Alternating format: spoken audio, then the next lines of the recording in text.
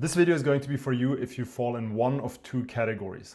Now, the entire video is taken out of a module that I originally created for my one-on-one coaching clients, but because so many people struggle with this, and the video I had created on the topic on YouTube a couple months ago doesn't go as in depth, I have decided to put this video out for free.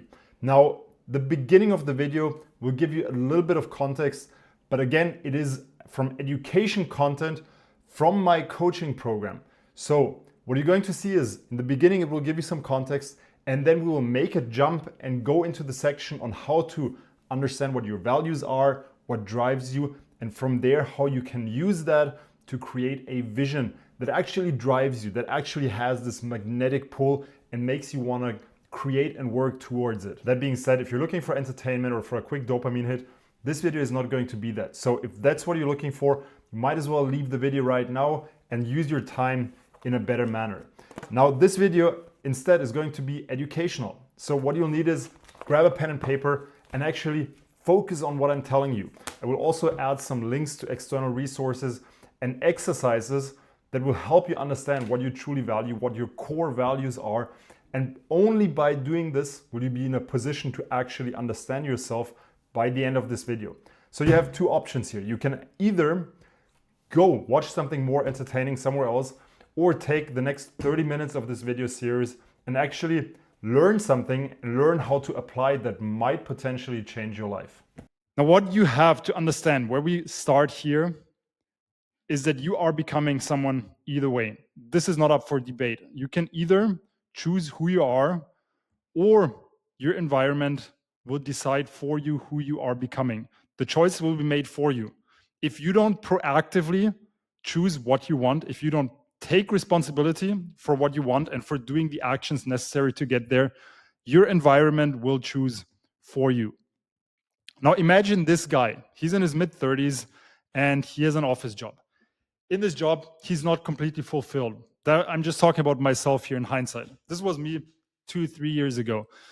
I was not completely fulfilled. I was going through the motions and was doing my work. I was still doing a great job because I have this tendency to want to do everything I do in a great way. I was at the same time having a ton of fun on the weekend, hanging out with friends, partying. Yes, sometimes doing drugs, traveling. So doing all of the fun stuff. And I had these two extremes. I was working very hard and I had this fun life. So work hard, play hard, if you will.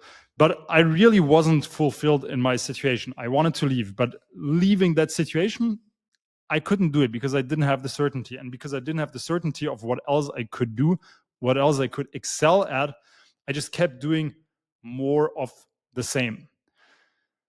Now, the problem is, if you keep doing more of the same, you're being unfulfilled. You're not prioritizing yourself. You're not prioritizing your health and fitness. You are not prioritizing your fulfillment, and you keep going down the path for a couple of years, you will end up being the same version of you, but in less fulfilled, in even more talking yourself down because you didn't go for what you wanted, because you didn't achieve what you thought you could have achieved, in worse shape than you are now. So this is the one option. This is what happens if you don't take charge. If you do take charge, you can be the same you, but a better version, more in shape, more fulfilled, more happy, more purpose. So I had this realization at a very young age when I was doing drugs, and then it slipped me. I handled my life, got clean, became a law student, mastered law school, and then I fell back into the whole partying thing. And it slipped my mind for a moment until I reminded myself, well, the reason I'm in this is because I'm kind of unfulfilled and I needed to make a change. So with every step that you take, every day that passes, you are slowly moving to becoming your future self. I want you to make yourself aware of that. Now, the problem that I had is that I didn't really know what I wanted. And when we don't know what we want, it's really hard to decide on what to do, because especially if you're in a situation where you're kind of okay with your life and you feel like, oh yeah, I'm cool with my life, I'm kind of content and everything's going well. It's not perfect, but yeah, I don't really know what else I would want to do. If that's what you're thinking, but deep down you know that you're unfulfilled, but you don't really know what else to do, then I will tell you exactly how to go about this. I'm going to zoom out for a moment so you can better see what we're going to go over in this presentation. This is going to be the entire thing, but I will break it down into 3 segments. First, we have to gain clarity on who you want to become. So we're going to design your identity blueprint, creating a blueprint for your ideal future self. Now, no matter whether you know who you want to become, whether you know what you want to do in the future, or whether you don't know, this will help you either refine it, get very crystal clear on where you're headed, or it will help you create it if you don't yet know really where you're going, or if you feel like, I don't fully know what the path is. Once we created that identity blueprint, we are going to take a look at where you're at right now.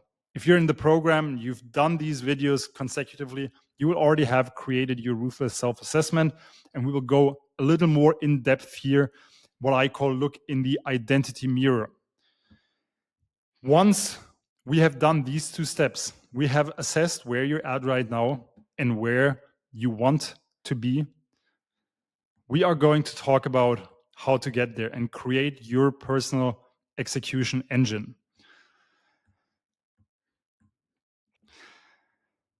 Now, creating a vision for yourself comes down to 2 elements. It comes down to understanding your values and then creating a vision that is aligned with those values. Now, let's begin with your values. This is really the foundation of everything. You need to gain absolute clarity on your values. And this process is a bit technical and it's going to take you about an hour separately from everything else that comes here. It's going to be the longest part of this whole video, of this whole masterclass, but it is also going to be the most important part.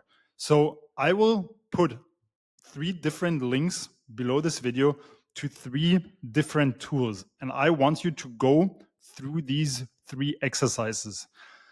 What you will notice is that with each of these exercises, the words that they use are a bit different. So at the end of each exercise, you will see what your core values are according to that exercise. What I want you to do is compare the results from these exercises and see if you see any parallels.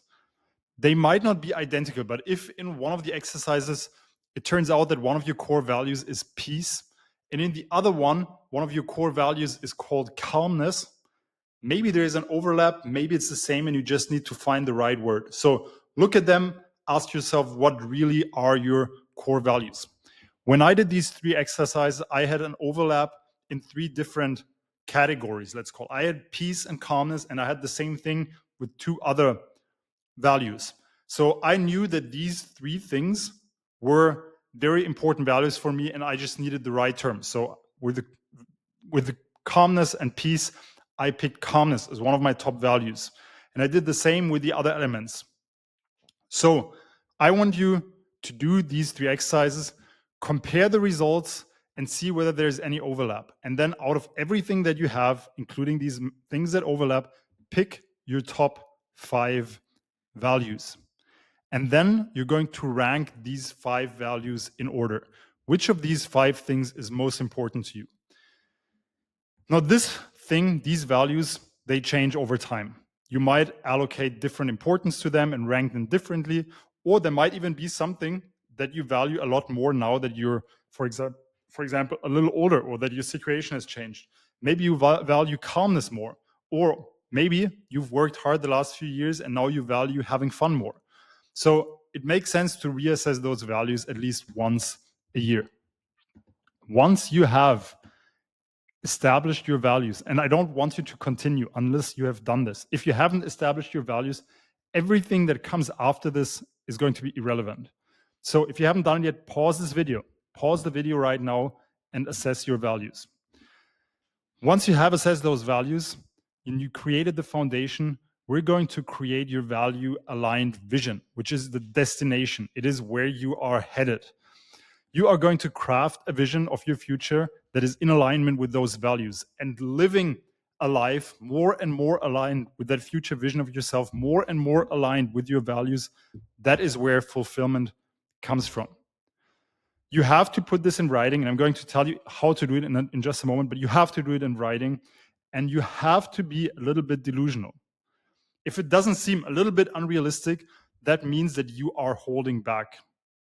If your vision, I'm going to repeat this, if your vision doesn't feel a little bit unrealistic, that means that you're holding back. I don't want you to think at any point, oh no, that's not realistic, I can't do this. This is a vision. It's the ideal future version of you, of your life. It doesn't need to be realistic in this first step. Just give yourself permission to be a little bit delusional. So how do you do it exactly?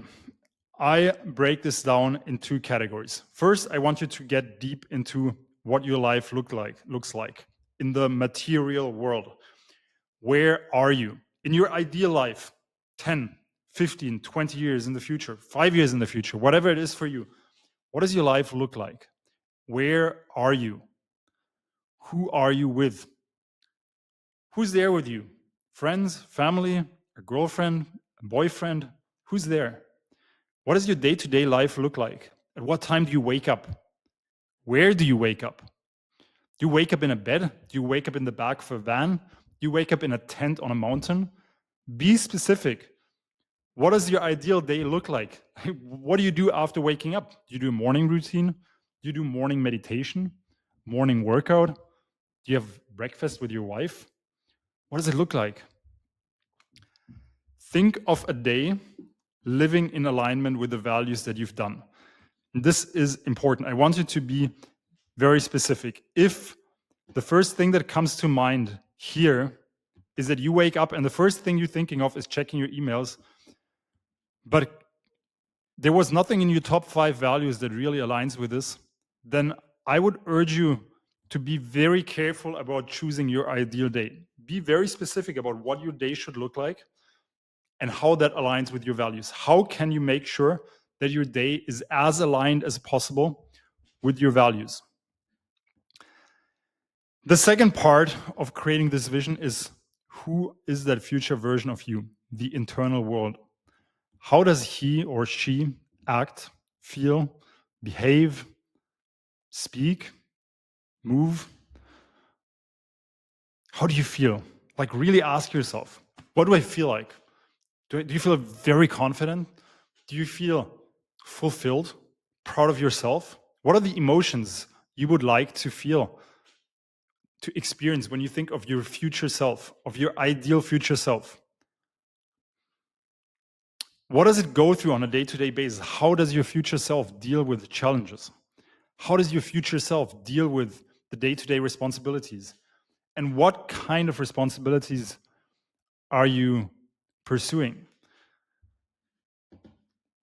Imagine you picked this future life. This is from my own vision board. Not the exact pictures, but in a way it is a similar version of the picture I use. If you imagine yourself living in a house like this, full year round, in a big Western city, that requires a lot of capital or a lot of money. Now, what do you have to do in order to have that money? You have to take this into account. What are your intended day-to-day actions if you want to live that life every day? If you want to have that car? I'm just using that as an example. What do you have to do on a day-to-day basis if these are things you want? You cannot have your cake and eat it too, as they say, right? I think that's the way they say it. You cannot have your cake and eat it too. If your future self on a day-to-day basis lives in a tent on a mountain, doesn't have to worry about money, doesn't care about money,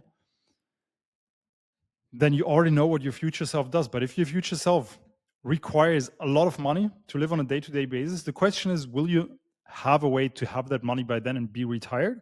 Or do you see yourself still working? And then what inputs are you going to do? What do you do, again, on a day-to-day basis? How do you perform? Yeah, if you see yourself, let's just use myself as an example. You want to be a coach in the future, and you want to be a highly paid coach, which means you need to be providing great service. Can you see yourself as somebody who only works 30 minutes a day and be a great coach, not having a cell phone, not being reachable for anyone? Probably not, because you need to be there for your clients when they need you. So these things need to be aligned, your external desires and your internal reality. Who are you as a person? Who do you have to become? What principles do you have to believe in? Ideally, what you're going to do next is pick some pictures of yourself that show what your dream life would look like, right? What kind of house or location do you see yourself in? Who are you with? What kind of stuff do you do?